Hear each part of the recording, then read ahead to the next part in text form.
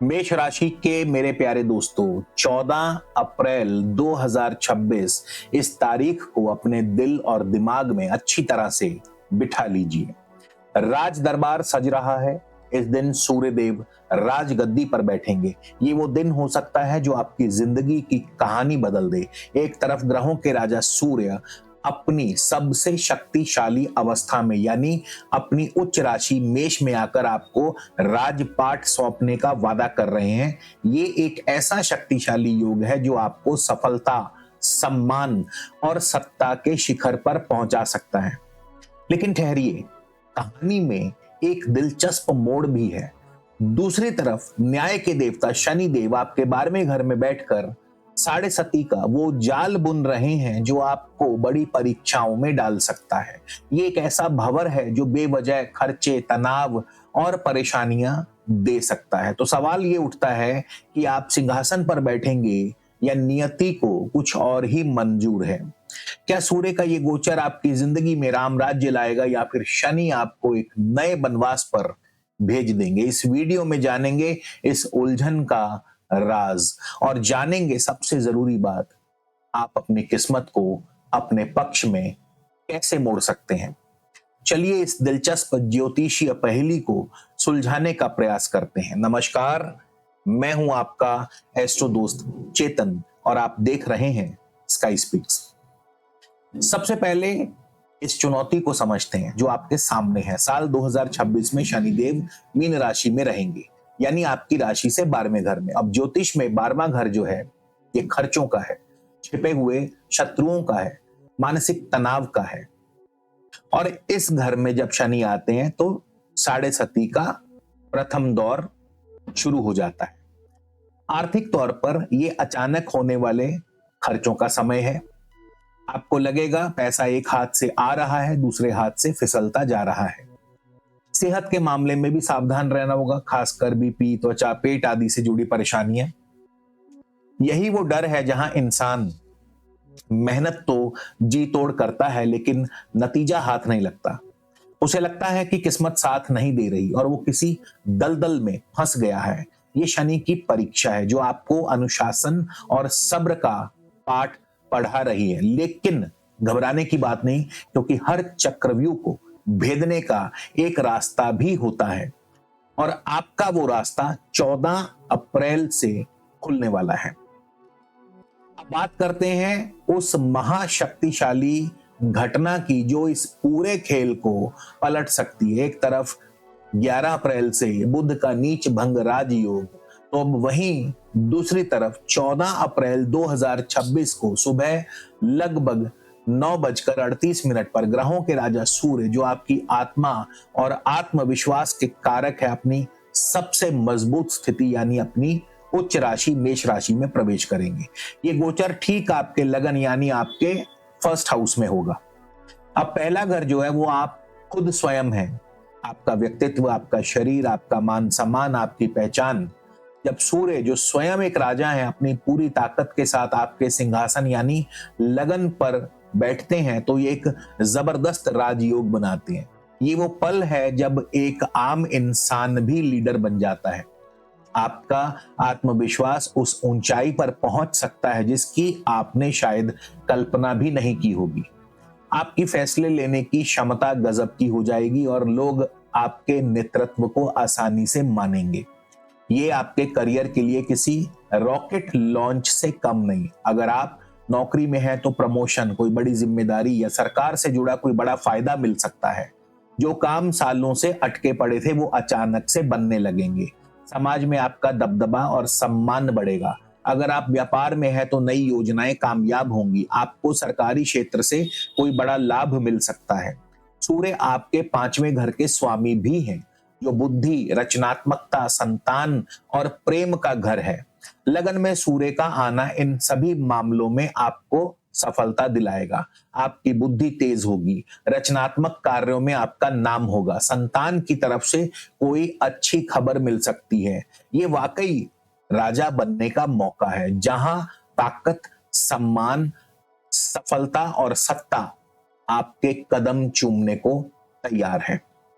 अब हम इस गोचर के सूक्ष्मतम यानी गहराई से इसको और अध्ययन करेंगे। तो ये 1 महीने का गोचर कोई साधारण घटना नहीं है। अब इस गोचर को और गहराई से समझने का प्रयास करते हैं। इस दौरान सूर्य 3 अलग अलग नक्षत्रों से गोचर करेंगे। सबसे पहले सूर्य 14 अप्रैल से लेकर 28 अप्रैल तक अश्वनी नक्षत्र यानी केतु के नक्षत्र में होंगे। अब ये समय आत्म मंथन करने और अपनी अंदरूनी ताकत को पहचानने का है। आपकी बुद्धि और आपकी इंट्यूशन जबरदस्त रहेगी। इस दौरान लिए गए फैसले बहुत गहरे और दूर तक असर करने वाले होंगे। ये आध्यात्मिक विकास और अपनी जड़ों से जुड़ने के लिए भी एक बेहतरीन समय है। ये समय आपके लिए out of the box ideas का है। जो काम महीनों से रुके हुए थे वो आप अपनी बुद्धि से चुटकियों में सॉल्व कर लेंगे। आपकी कोई छुपी हुई टैलेंट या रिसर्च अब लोगों के सामने आएगी। उसके बाद 28 अप्रैल से 11 मई तक सूर्य देव भरणी यानी शुक्र के नक्षत्र में गोचर करेंगे। अब शुक्र आपके दूसरे यानी धन भाव और 7वें भाव के स्वामी हैं। ये समय पैसों और रिश्तों के लिए खास तौर पर अहम रहेगा। इस दौरान शुक्र आदित्य योग भी बनेगा जो अचानक धन लाभ, परिवार में खुशी और रिश्तों में नई जान डाल सकता है। अगर शादी या पार्टनरशिप से जुड़ा कोई मामला रुका हुआ है तो उसमें तेजी आ सकती है।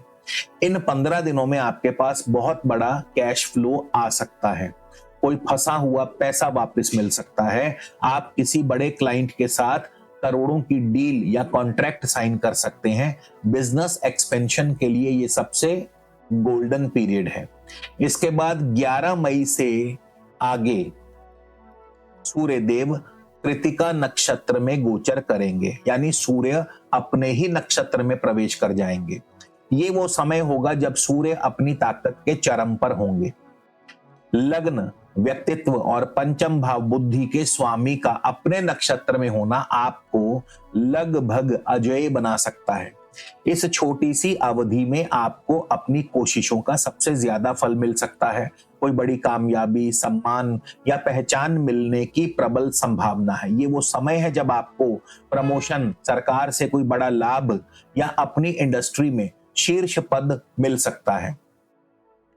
अक्सर मैंने देखा है कि इतने अच्छे योग और गोचर के बाद भी लोगों को पूरे फल नहीं मिलते और वे ज्योतिष को ही दोष देने लगते हैं। कभी सोचा है ऐसा क्यों होता है?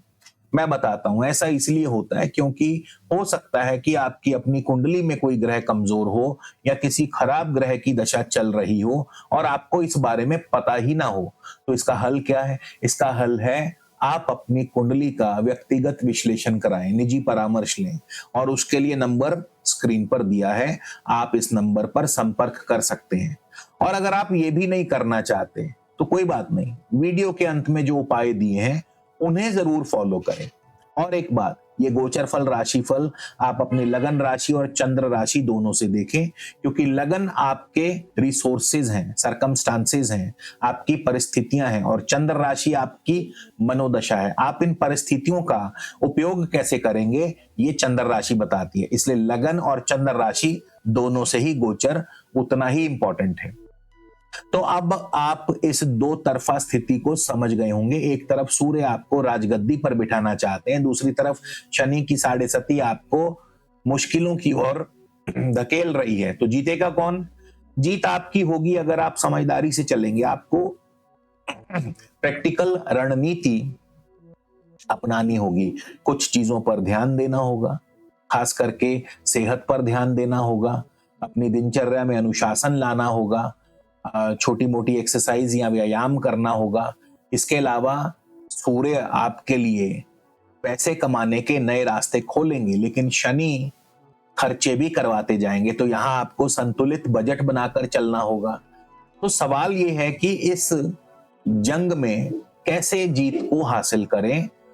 आपकी किस्मत आपके ही हाथों में है और ये आसान लेकिन शक्तिशाली उपाय जो हैं आपके लिए सबसे बड़े हथियार साबित होंगे। सबसे पहले तो शनि साढ़े सती के दुष्प्रभाव से बचने के लिए हनुमान जी की शरण लें।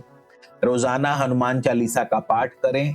और कहते हैं कि हनुमान भक्तों पर शनिदेव कभी भी कोई अशुभ फल नहीं देते हैं। और इसके अलावा आप अपने सूर्य को बल प्रदान करें, यानी सूर्य की शक्ति को पूरी तरह से पाने के लिए एक उच्च क्वालिटी का माणिक धारण करें। अपने ऑफिस की पूर्व दिशा में तांबे का बड़ा सूर्य का चिन्ह टांगे और साउथ ईस्ट कॉर्नर में एक लाल बल्ब अवश्य जलाएं।